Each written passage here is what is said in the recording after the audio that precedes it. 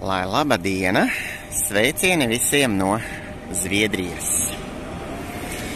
Un atkal Gēteborga. God eftermiddag. Pulkstens tuvojas 4 pēcpusdienā un jau sāk krēslot. Nu, saprotams, ziemeļi un novembris. Pēdējo reizi Zviedrijā biju marta mēnesī un pie tam tieši šī pilsētā. Bet sajūta ir tāda, it kā es tas sen nebūtu bijis. Tas tā kaut kur ir īpatnēji. Starp citu, šo video esmu paredzējis izlaist pamatā runājot latviešu valodā. Tā iekšēji sirdī sajūtu. Jau atbraucot šajā pilsētā, jūtu, ka vēlos izteikties latviešu, tieši uzrunājot savus tautiešus. Latviski tas ir gribēju teikt. Итак, я в Гетеборге, Швеция. У меня уже есть видео про этот город с марта месяца этого же года. Поэтому я сначала думал, стоит ли тут снимать, но почувствовал, что так сильно внутри меня говорит именно желание обратиться к своим соотечественникам, к латышам, к людям, живущим в Латвии. Поэтому решил, что выпуск сделаю, но буду говорить в основном на латышском. Знаю, что меня смотрят многие жители Латвии, так что должно быть понятно. А кому нет, то имеется ведь автоматический перевод, субтитры автоматические. Правда, я не уверен, действуют ли они из латышского. Но почувствовал необходимость именно вот такого душевного разговора, такого, по-домашнему. А это возможно практически только на своем родном языке. Тем более меня смотрят, слушают также латыши, и я так решил, что примерно буду говорить пропорционально так, как у меня пишут комментарии. Примерно вот по такой пропорции языков. Nu, lūk, tā esmu šajā pilsētā, šajā zemē, pie kuras ir tiešām ļoti īpašas sajūtas. Lūk, šī vietā es arī izkāpu no lidostas autobusa. Uzreiz pārņēma tāda tīrība, tādas rūpes par cilvēkiem, bet tepat arī ieraudzīju, ka stāv viens sēž precīzāk. Laiks ir augsts, bet es pieiešu pie viņa pajautāšu, kāpēc viņš šeit sēž. Nu, lūk, parunājos ar šo cilvēku, viņš ir no Rumānijas. Tā viņš arī stāstīja. Viņš nedzīvo šeit. Es tā sapratu, ka viņš, varbūt vienkārši atbrauc vai kaut kādu naudiņu dabūt. Viņš tur rādīja bildes par bērniem un tā.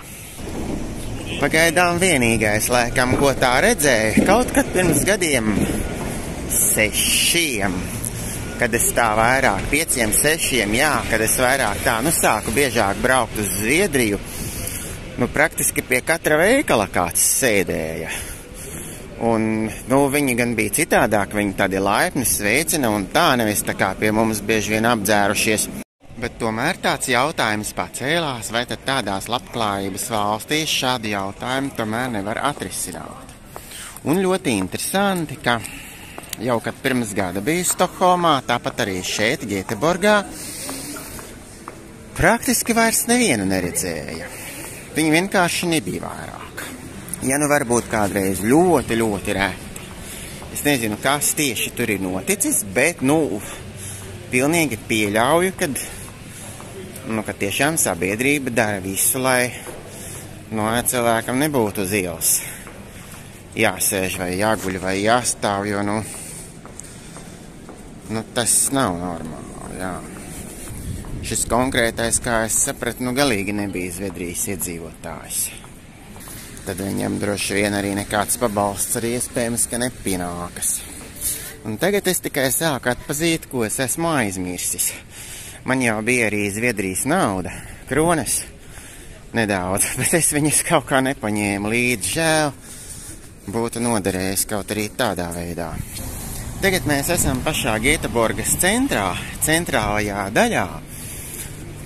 Un, man ir video no marta krieviski pārsvarā, kā es parasti. laižu šos video, bet nu šoreiz tiešām gribējās tā no sirds parunāt. Es pat šaubījos sākumā, domāju, vai vispār uzņemt kādu video. Jo it kā otrais par vienu to pašu pilsētu, nezinu, vai tas ir tik interesanti. Bet, nu, tieši gribējās savā dzimtajā valodā parunāt, uzrunāt savus tautiešus. Nu, man varbūt Zviedrija tiešām es pat īsti tā grūti pat izskaidrot, kāpēc man ir tik īpašas sajūtas par šo zemi. Gandrīz jebkurā valstī, kur tu brauc, nu, ir tāda tā kā svešuma sajūta, bet šeit nē, šeit, nu, tāda sajūta, ka es esmu tā kā atgriezies, nu. Vienalga, vai tā būtu Stokholma, vai šeit Gēteborga, vai varbūt, nu, citā vietā varbūt tā es tik daudz arī neesmu bijis, lai tā tik viegli varētu salīdzināt.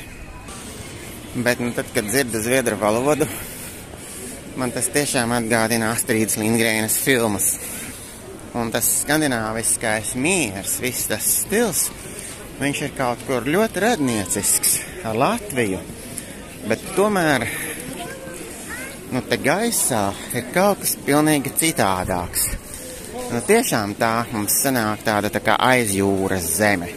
Iznāk pāri jūrai, otrā pusē jūrai, nu, visīstākā aizjūra. Šis ir viens no lielākajiem tirdzniecības centriem. Pašreiz esmu šeit uz vairākām dienām darba jautājumos. Te būs tāds pasākums, saucās Ocean Blue, par zilo okeānu. Darbu bijis daudz, pat citreiz naktī dabūju strādāt. Nu, tad tagad tāda iespēja tādā tā kā konferencē, seminārā, kas viņš ir pabūt. Bet paralēli darbi tik un tā būs jādara. Tā kā nav tā, ka var vienkārši atpūsties. Lūk, kāds vilcieniņš. Jāteic daudz, tiešām diezgan daudz, redzam tumšādainiem. Un interesanti, ja, piemēram, agrāk Anglijā, kad 0. gadu vidū nedaudz turpat dzīvot dabūju, tur vien bija savādāk, viņi bija vairāk no Pakistānas. Man viņi pat likās tādi tā kā vieglāk kaut kur pa tauru nekā angļi, tā kā šķīstāki pat. Šeit tā sajūta ir citādāka. Vairāk ir izjūta, ka zviedri tādi, es teiktu, tādu mieru, nu pārsvar arī, protams, visādi izņēmumi mēdz būt. Bet šie tādi nemierīgāki, viņos tāds kaut kas tāds iekšējs, tāds, kas kurbulēs, tāda, kā saka, nemiera gars. Nu, lūk, te mēs esam pie dzelzceļa stacijas. Lūk, tā senā ēka drusciņ tā kā Helsinku stacija atgādina. Daudz mazāka kā Stokholmas. Es te skatos, kur te kādu skatu tādu uzņemt. Vispār gribu teikt, ka Gēteborga pašreiz šķiet ļoti atgādina Rīgu. Nu, ne jau kaut nesāksim tādās detaļās, bet nu kaut vai lieluma ziņā. Ja agrāk Rīga bija pat lielāka kā Stokholma, nu tad tagad Rīga ir apmēram tik liela kā Gēteborga, Zviedrijas otrā pilsēta. Redzam, ka Zviedri nav nekādi perfekcionisti. Bieži šķērso ielu arī pa sarkano. Bet, ziniet, ir sajūta, nu, ka viņi dzīvo kaut kā citādāk. Nu, varētu tā varbūt to nosaukt. Viņi rūpējas vai cenšas vismaz rūpēties, lai visiem būtu labi. To es atceros jau no Astrīdas Lindgrenas darbiem, jo viņa bija ne tikai rakstniece, viņa bija arī aktīva sabiedriski. Detaļās es tur nezinu, bet nu lasīju, kad viņa visu mūžu ir cīnījusies pret nabadzību, pret sociālo atstumtību, pret jebkāda veida vardarbību un noteikti devusi ieguldījumu, lai Zviedriju padarītu par sociāli atbildīgu valsti. Nu, ir arī sabiedrības attieksmē atšķirības. Piemēram, es te sajaucu, vienkārši nepamanīju, sāku iet pa velojoslu. Piemēram, esmu dzirdējis, ka Vācijā esot par to ļoti neapmierināti, pīpinot, dusmojoties. Šeit nē. Šeit cenšas apbraukt, un es pats vienkārši sapratu, ka ne tur esmu iegājis. Nu, lūk, esmu pie ūdeņiem. Gēteborga, kā zināms, ir pie jūras pilsēta līdzīga kā Rīga. Vispār tāds iespējas rodas, ka Zviedrijā var teikt viss, ko vien tu vari vēlēties. Lūk, tur skats uz vecpilsētu, nu to vecāko daļu, lai gan Cik lasīja, Gēteborga nav diezko sena pilsēta. Viņa veidojusies no kāda 17. gadsimta, nu tā kaut kur salīdzinoši pat jauna, daudz jaunāka par Rīgu. Tāpēc arī te tikpat kā nemanam tādas senlaicīgas, piemēram, ēkas. Daudz jaunas, bet nu redzam arī ne ļoti daudz, tikai dažas tādas augstākas celtnes, nevar teikt, ka nu ļoti daudz būtu. Tāda harmonija kopumā var teikt, nu saudabība arī. Bet nu, tā ir tiešām nu, tik izteikta aizkustinoša sajūta. Nu es nejūtos kā svešā zemē, apbrīnojam. Lai gan, protams, var manīt, ka ir diezgan daudz iebraucēju, bet nu Latvijā īpaši, ja runājam par Rīgu, viņi, protams, arī ir. Tikai savādāka veida. Nu, tas ir tāds moments, kas tiešām, domāju, ka ir jāņem vērā, ka zviedri, veidojot šo sociāli atbildīgo sabiedrību un cenšoties visiem palīdzēt, kaut kā, es nezinu, vai tas bija apzināti vai neapzināti, vienkārši nepadomāja vai kā. Nu, mums jau gan arī tagad visādi tie integranti ir. Kad, nu, var sakot, cenšoties visiem palīdzēt, visus integrēt, visus iekļaut un tā, var nonākt līdz tādam brīdim, kad vienkārši tie, kas jau ir iekšienē, šo modeli var pat nopostīt. Te tas jautājums, vai vilku var padarīt pa zaķīti un tā tālāk. Tomēr ir šīs te robežas. Protams, nu, droši vien jau lielākā daļa, ja, no tiem, kas te ir iebraukuši vai pat viņu priekšteči, droši vien labi integrējušies, bet, nu, pietiek arī ar to mazāko daļu. Tāpēc arī kaut kā atgādinās, kad arī Bībelē rakstīts, ka Dievs ir noteicis katrai tautai robežas, kur tām dzīvot. Nu, ienāca atkal siltumā un vēlos pabeigt šo domu. Nu, un šajā sakarā tagad padomāsim arī par latviešu tautu. Tieši no tāda aspekta. Nu, ja tā godīgi, vai latvietis, nu, kaut kur citur var būt, teiksim, tik patiesi laimīgs, kā ne savā tēvzemē, savā dzimtenē, Latvijā. Nu, daudz jau atzīst, ka nē, ka tomēr velk pēc Latvijas. Arī tiem, kas tajā nedzīvo, varbūt jau sen. Bet es tikai apbrīnoju arī pēc tā, kas darās visādos sociālos tīklos un viss kaut kur, un tāpat sarunās kādreiz, kad dzird. Nu, kā tas tomēr nākās, ka latviešiem ir tāds kaut kas ielikts? Visu laiku runāt kaut ko sliktu, visu laiku saskatīt kaut ko negatīvu. Par savu valsti, par savu zemi, arī par savu tautu, par pašiem galā. Kā mēdz teikt, ka mīļākais ēdiens latvietim ir otrs latvietis. Un visu laiku runā to negatīvo, ka cilvēki pat no malas saka, un tā nemaz nav, jūs vienkārši vairs to labo neredziet, jā, bet tas ir briesmīgs stāvoklis, jo tā cilvēks arī nemaz nevar nekad labi justies īstenībā. O, Lidl arī šeit ir. Jā, nu te ir rēba sabiedrība, bet, nu, man kaut kā tā iekšēji sajūta, ka zviedri mīl savu zemi. Un droši vien arī lepojas ar to. Piemēram, šodien tāds svaigs gadījums vēl, ka tikko izkāp no lidmašīnas Gēteborgas lidostā. Tur divi vīrieši. Saprat, ka tas viens latvietis, bet otrs laikam bija krievs un krieviski. Saka vēl tam otram, vai, ka šeit tu jūties, kā saka, ar relaks tu vari, kā saka, izskāpt.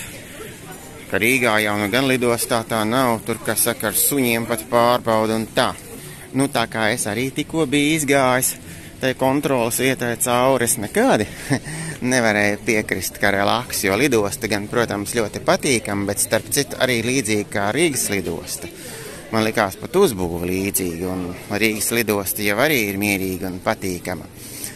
Bet policisti vai kas viņi bija, tur formās bija ļoti daudz, tiešām vesels bars vai tur kādi 10, un ļoti tuvu viņiem bija jāiet garām, un tiešām, nu, tur diezgan tā, nevisai omulīgi bija. Rīgā, man liekas, tas viss ir daudz mierīgāk, un suns arī tur gulēja, tā kā. Viss tomēr ir tajā, kā mēs to saskatām un ko mēs gribam ieraudzīt. Tā nu tas ir.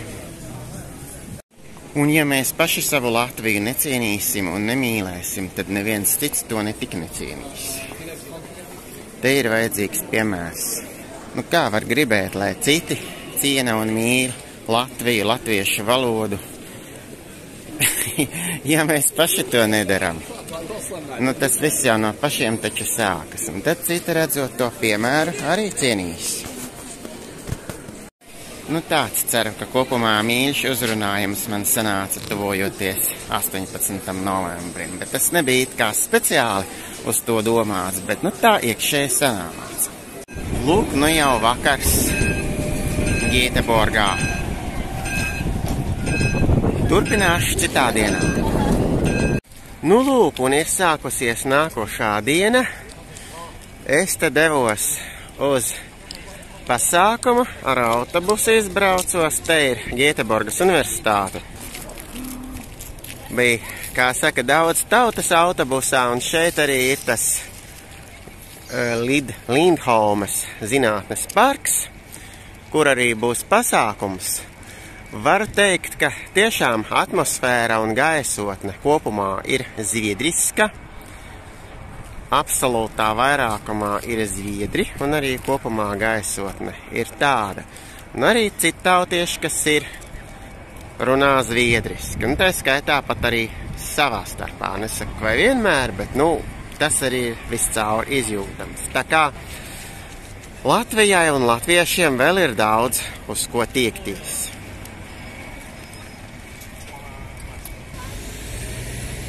Lūk, kāds šeit skaists skats, vēl var pastīties uz šo ēku. Un šeit pie jūras līča. Mazliet pat saulīte starp mākoņiem sāk parādīties. Šodien, var teikt, jaukāks kā iepriekšējā dienā. Stena Line kuģis. Nu tā, pagaidām atvados un ceru, ka vēl varēs ko parādīt. Un lūk, jau vakars. Un izrādās, ka šeit ir iespēja braukt, cik es saprotu, šis ir pilsētas kuģis. Tāpēc man tur interesanti rādīja, ka es uzliku ar kājām, kā nokļūt, un rādīja ar kājām, un tad pēkšņi ar tādu, nu tad šīs acīm redzot ir tas. Visi tas skrien. Es arī izmēģināšu, es šur braucu ar autobusu. Tur tad laikam ar šo ceru, ka varēs. Jau paziņoja. Jā, lūk kāds. O, nu tad acīm redzot jau atiet. Redziet, kā tās lietas derās. Vienkārši viss aiziet virsū un brauc. No Rīgā pār Daugavai taču ar tā varētu, ne? Un mēs jau braucam. Lūk, var arī laukā iziet.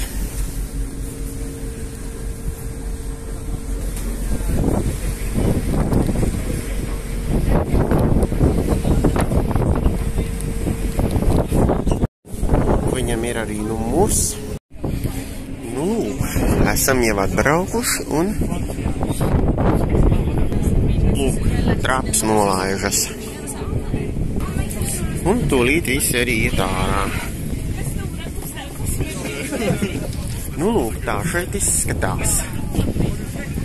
Tātad, jā, neko pa samaksu gan nemācēšu teikt, bet neizslēdzu, ka šis varētu būt pat par brīvu. Jo kaut arī bija rakstīts vārds trafikiem, tomēr nekur neredzēja nekādas, kas saka, validācijas ierīces. Varbūt tur kaut kas bija rakstīts, un tagad tumšs ir. Un arī bija tas moments, kad šis te maršruts šādi te, es nezināju, es tik tagad atklāju, ka tāds ir, uzrādījās nevis kā sabiedriskais transports, nu, kartē skatoties, bet kā kājām gājēju transports, jā, tāpēc es no rīta neriskēju pa dienu, jo, nu, likās, kā tu tur būs ar to prāmi, nolēmu braukt ar autobusu, bet atpakaļ lūdzu. Jebkurā gadījumā man ir nopirkta 3 dienu biļete, kas maksā aptuveni 20 eiro mūsu naudā, 230 kronas, un tā ir jāreģistrē tikai vienreiz. katrs brauciens nav jāreģistrē. Pirmajā reizē reģistrē un viss. Redziet, sabiedriskais transports šeit ir tiešām populārs, pieprasīts.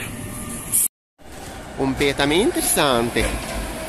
Var redzēt, ka daudzi tramvaji šeit ir pat tādi, riktīgi veci. Šitais man pat ziniet, ko atgādina. Bišķiņ, atcerieties, kādreiz bija Rīgas tramvaji tādi, RVR ražoti. Tādi jau sen vairs nav. Kopš padomu laikiem var teikt. Ir, protams, arī jaunāki. Visi te nav tādi. Bet, neesmu pārliecināts, vai zviedri ļoti satraucās, ja kāds transporta līdzeklis ir arī vecāks. Mums jau, kā saka, ja nav pēdējos 10 gados ražots, tad jau skaitās ojojoj. Starp citu, Zviedrijā esmu braucis arī ar tādiem vilcieniem, kur izskatās vismaz no pagājušā gadsimta 70. gadiem.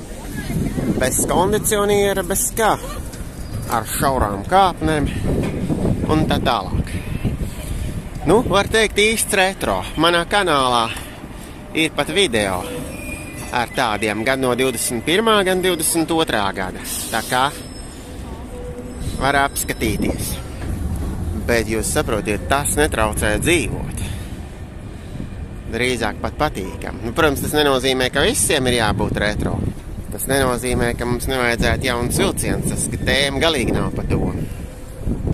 Lai kāds nepārprot, citādi mums kaut kā ļoti pierast ir pārprast. Bet tas, ko var teikt, principā šeit ir mierīgi. Šeit tiešām, ir droša sajūta. To es izjūtu arī martā, kad biju. Jo Gēteborga kaut kā pēc aprakstiem, likās, ka tā kaut kāda tad bezmaz migrantu pilsēta un tam līdzīgi. Bet esot šeit uz vietas, nerodās tāds iespējas. Kopumā viņa ir diezgan zviedriska. Lūk, zīme. Pirms 100 gadiem ir bijuši 225,000 iedzīvotāji Gēteborgā. Tagad ir nepilni 600,000. Tātad, gandrīz tikpat cik Rīgā. Ja vien nav jau šī laikā vēl vairāk kļuvis. Super 10. tramvajs.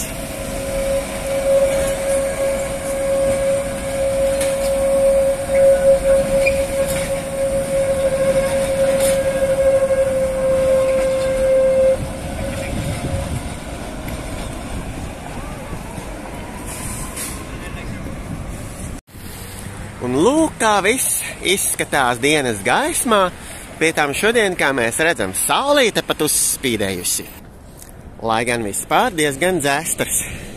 Temperatūra tikai +1. Šis lielais teātris, Stūra teātārni. Pat zvanīja sieva un brīnījās, ka te tik vēss, Latvijā esot pie viņiem +6. Tādi vienkārši cilvēki kopumā nejūt tādu kā liela kultūrāla, kā saka, atšķirība, bet tomēr, es arī vēroju, kā latvieši, teiksim, izturās arī savā starpā, bieži vien runā kā staigā, ir sajūta, ka tieši tur ir tas lielākais pietrūkums. Tieši attieksme savā starpā vienam pret otru, tās ir tās mazās lietas, ar kurām pēc būtības tā labklājība tieši sākas. Lūk, tas ir Gēteborgas tirgus. Es tur esmu bijis.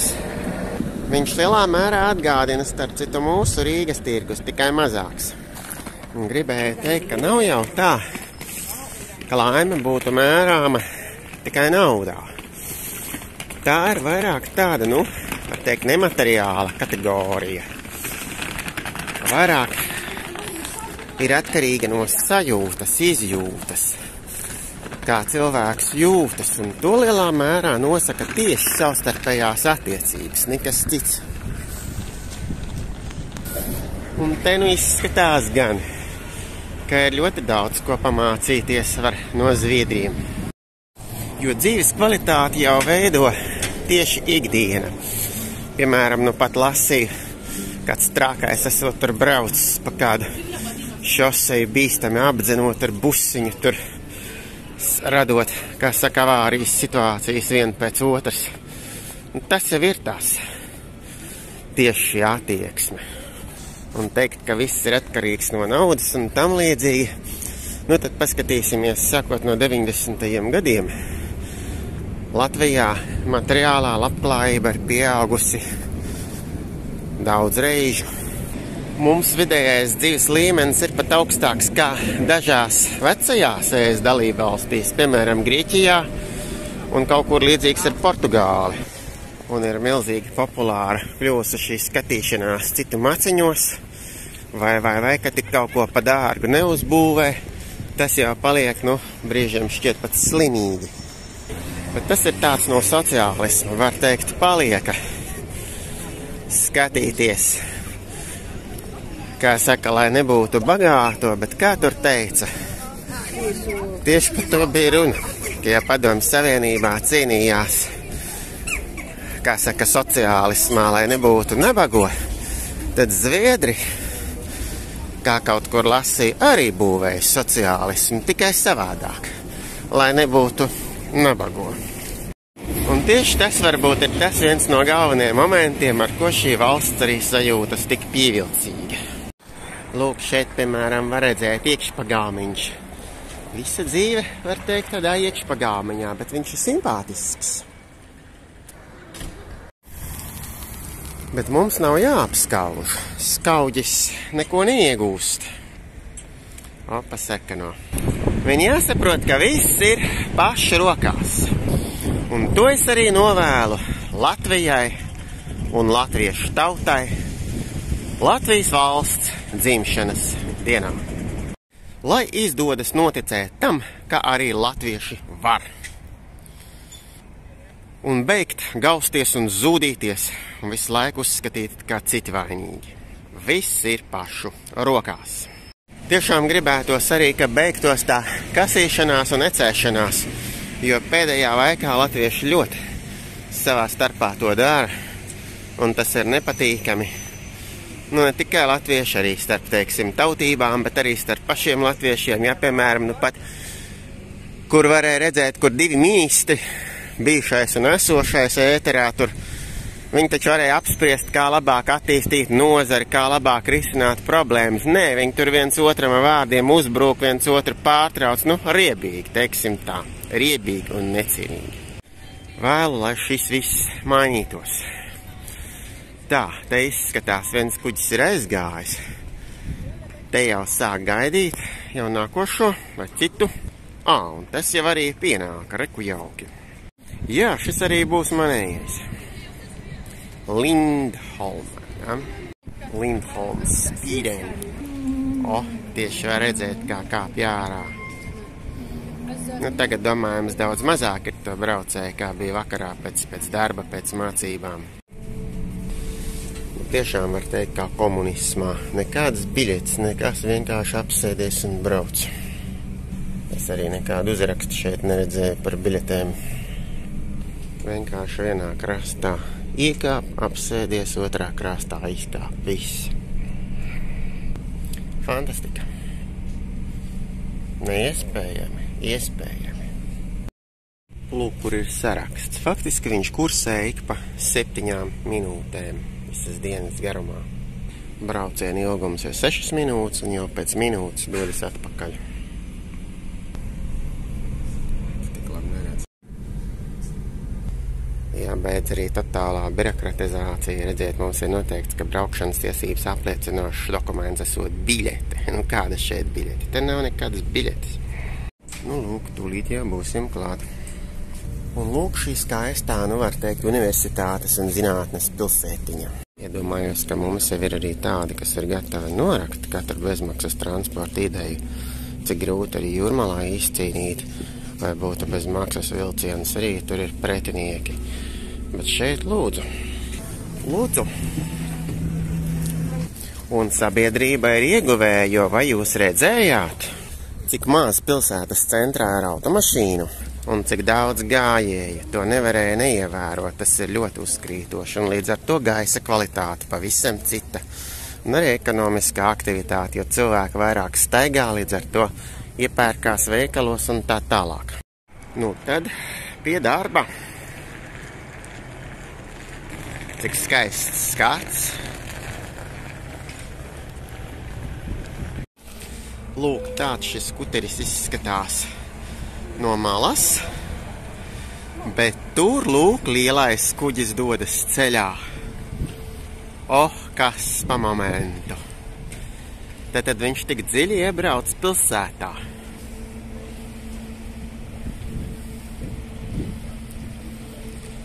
Un šie te glābšanas riņķi, kā saprotu, nav tāpat vien, tos var pamest, ja kāds iekrīt ūdenī, un tā arī tas ir domāts, sapratu.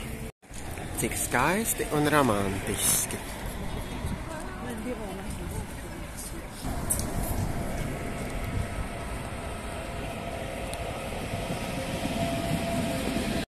Tur kaut kas lido.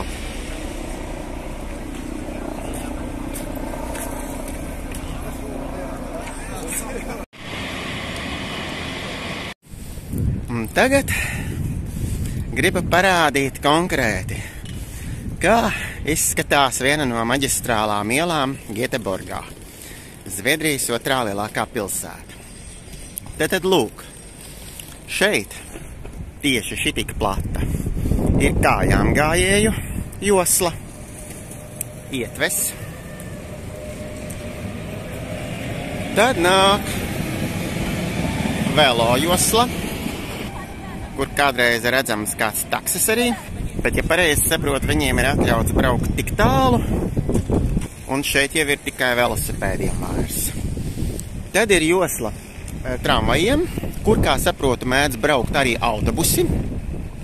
Tad sabiedriskais transports šeit ir pa vidu. Tad ir atkal velo josla.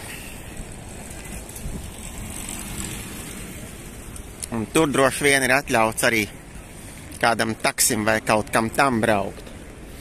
Nu, un tad ir atkal gājēju josla, kura ir lūk kāda. Tātad lūk, jā, tādas ielas Eiropā. Lūdzu. Lūk arī tas slavenais tramvajs no iekšpuses. Tā te izskatās.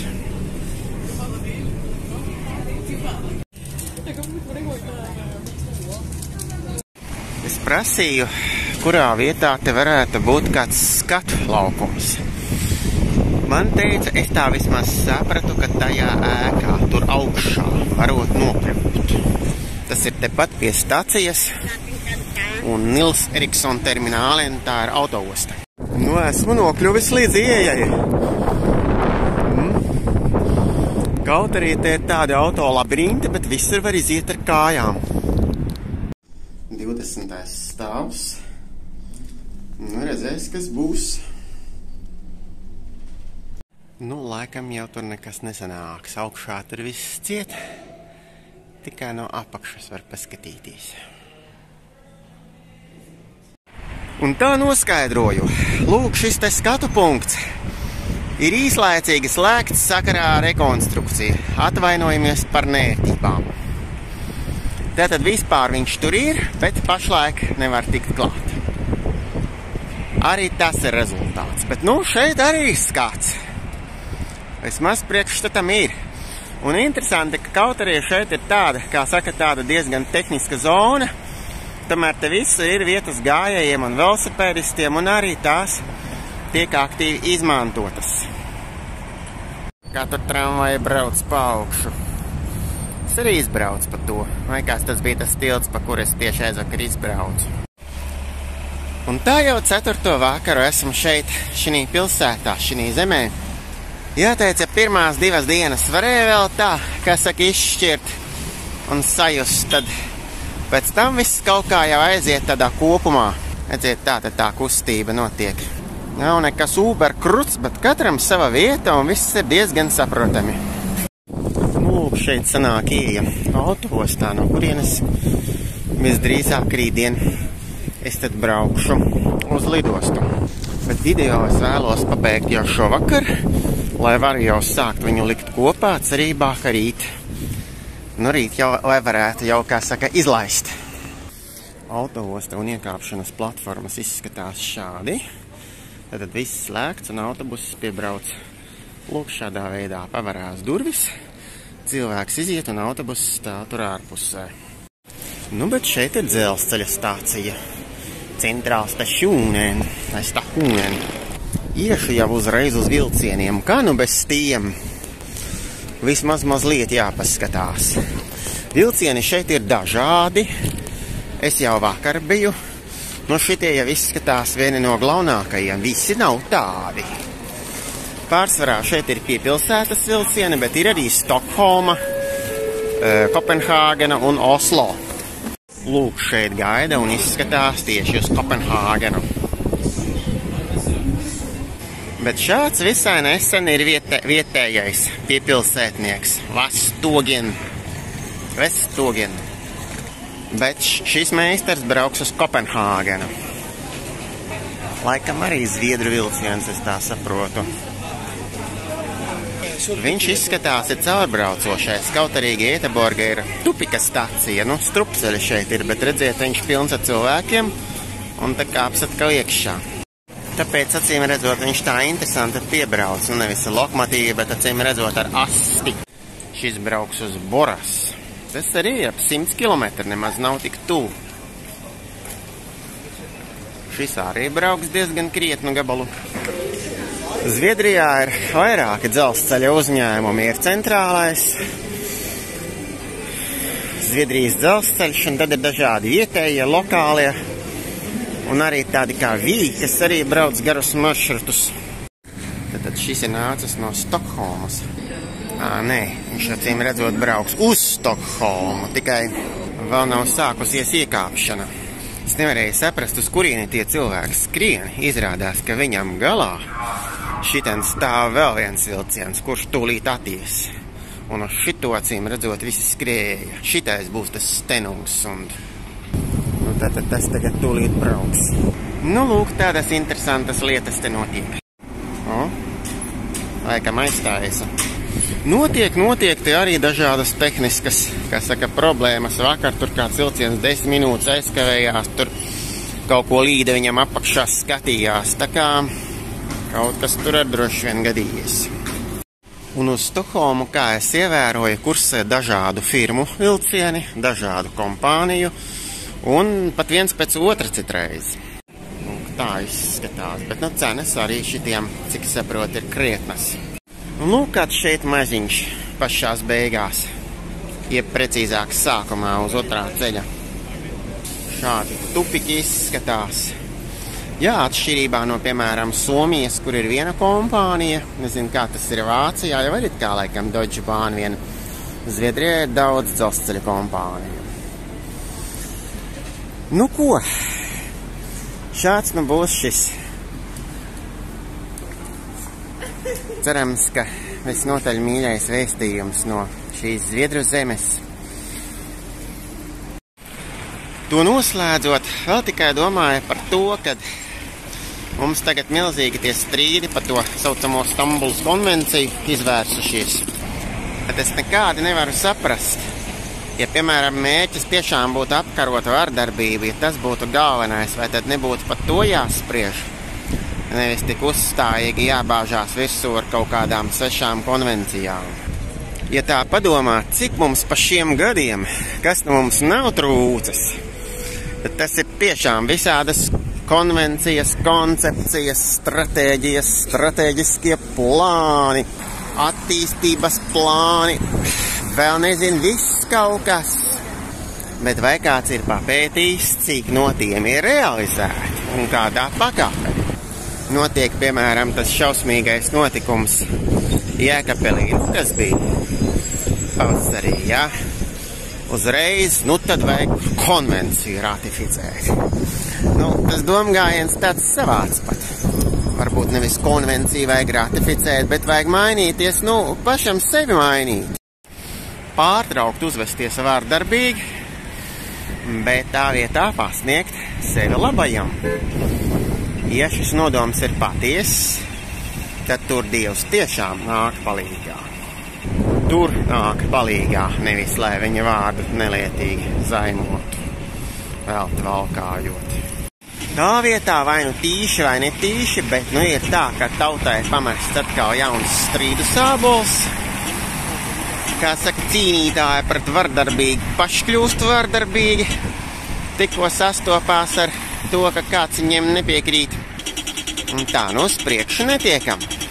Bet tomēr vēlu saviem tautiešiem latviešu tautai un visiem Latvijas iedzīvotājiem atrast to labo, lai tomēr šī laikā spētu rast pie kā turēties, kas ir patiess, jo tas ir, un tas ir pāri visam, un tas ir mūžīgs. Jo dzīvē taču ir jābūt kādam mērķim ārpus tā redzamā, taustāmā, sajūtamā pat. Nu, ir vēl dziļākā sajūta, un tā ir patiesa. Tāpēc šīs mūžīgās ilgas es arī vēlu Latvijas dzimšanas dienā. Izbeigsim tos strīdus savā starpā, bet tā vietā glābs tieši tas, nu kaut vai kā labu darīt savam tuvākam, kā palīdzēt konkrēti. Tas arī mainīs arī to vidi, kurā mēs dzīvojam. Un tā ar patiesu atmodu. Pateicos, ka noskatījāties šo līdz galam un vēlu visu labu jums cerībā uz tikšanos citā reizītē. Итак, благодарю, что смотрели этот выпуск, который, несмотря на то, что с другой стороны, но получился как раз ко Дню независимости Латвии, 18 ноября, с пожеланиями, поэтому логично, что на латышском языке. Но надеюсь, что скоро будут новые выпуски, поэтому до новых встреч и всего доброго. И с миром, армия.